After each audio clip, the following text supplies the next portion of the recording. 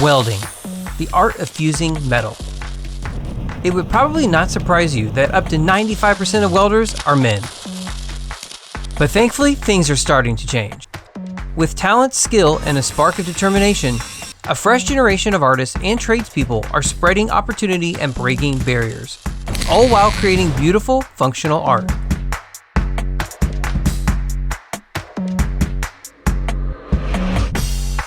We're here in Indianapolis, Indiana, where you're going to get to meet Consuelo and her team at the Latinas Welding Guild. They are inspiring the next generation of female welders. Let's get inside and meet the team.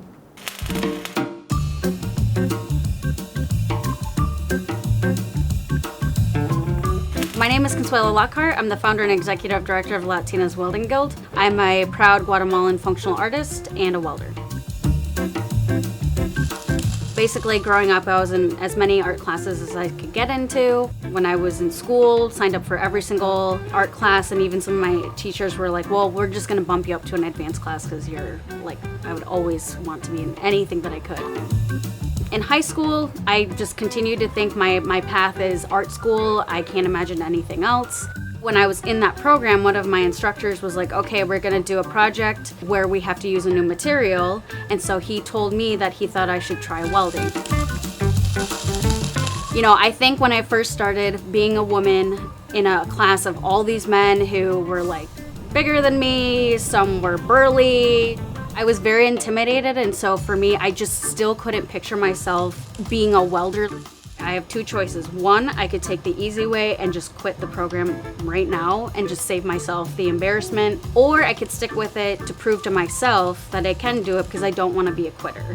So I ended up excelling and I passed all the other guys in my class, and there were guys that dropped out, some that were still stuck on like the lessons that we were learning in the first week, and I'm like, I'm actually graduating early.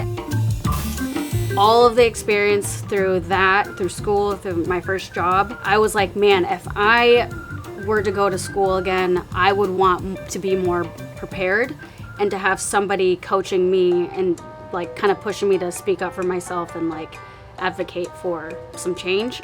Yeah, it's welding. Welding is the starting point, but ultimately everybody wants to see more opportunity for the Latino community, more opportunity for women. That's kind of where the Latinas Welding Guild formed.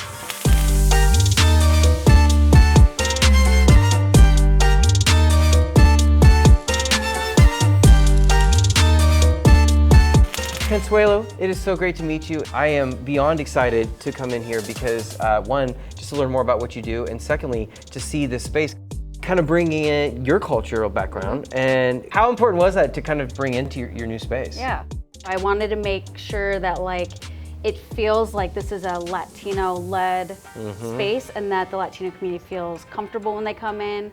All of our staff are from different parts of the world. So like me, I'm Guatemalan. Our deputy director, Jessica's Mexican.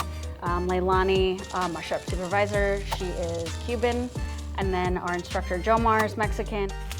I really want people to know more about what you do here at the Guild. So tell me more about what I'm looking at, because you guys have set up, looks like some welding studio spaces. So these are actually our 12 welding booths.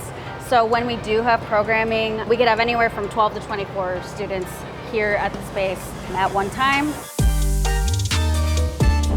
This is exciting. I mean, It's just, one, knowing your story and like all the experience you have from teaching and building, and it's just like, you can just see what's possible and already in this space. Exactly. Which is, When we have classes going, everyone starts in the classroom. So that's where you'll see a lot of wheels turning and people starting to ask a bunch of questions. And sometimes we have to just tell them to like, slow down. Right. We'll get to it out there. Don't feel like you have to learn everything, but that's always really exciting for us to see people asking like 100 questions and they're just like serious about learning. And so all of our classes are bilingual, so we can support both English and Spanish speakers.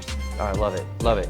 Well, and like you were just mentioning, we both commiserated on the idea of like, I need to see it, done, and then try it myself, but you've got this perfect setup.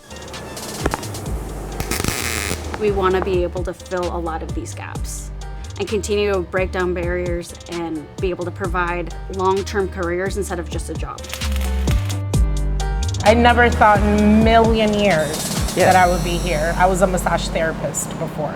I love as an artist to make with my hands. This is something that I enjoy. So what was it about welding? Building something and actually creating something, bringing it to life is very rewarding. Right, right. So I love that feeling. Every time there's a project, I'm always Yeah. learning something. It's inspiring what you guys are doing here. And I mean, Thank you. not your average mom. I love it. That's right. It's like that's where we want people to start seeing themselves in these roles that maybe they were never able to think about. So we're that representation we want to see out there. While training a new generation of skilled artisans is amazing work on its own, soon Consuelo and the Latinas Welding Guild would be tasked with creating a major public art attraction. In the summer of 2024, Indianapolis was set to host the U.S. Olympic swimming trials for the Paris Summer Games. To mark the occasion, a 66-foot-tall, 14,000-pound replica of the iconic Eiffel Tower was set up in the heart of downtown Indy. I spend a lot of time in France. You did an amazing job of replicating it. Like, you didn't just do an interpretation of it. Like, in a lot of ways, you almost made a scale model of it. Yeah. And the small details, like I immediately noticed when I saw you putting it up. I'm like, whoa, way to go, Consuelo. So, and I guess we should tell, what did you make it for? Like, what was the purpose? I got invited to sit on a committee for the upcoming swimming Olympic trials. Yeah.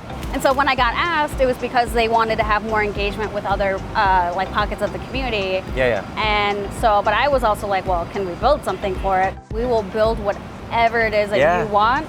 And then I think somebody was like, oh, well, they're going to Paris right after the trials. Right. And so why don't we do, like, we could do something crazy like an Eiffel Tower? And I was like, you're like, oh, sure. Okay. This is amazing. And to stand under it too. I know you're probably like, I've seen it a million times.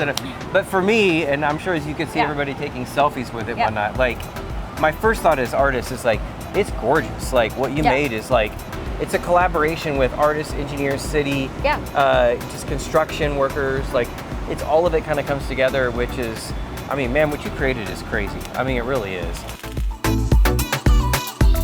We don't always get asked to do these things, and especially to be a representative for women in welding, women in manufacturing, Latinas, Latinos. We're able to have a women-led fab team where we have a lot of diversity. There's different backgrounds, experiences. This is an opportunity and experience that all of us will be able to like have for the rest of our lives and share with, share with our kids, grandkids, like family members forever. And this is a work of art. We'll just make sure everyone understands that too. This is not just like a sign up or something printed. Like, this is handmade, like out of with steel. people from here, out of steel. Like, I mean, I greatly appreciate it. We need more of this. Yeah.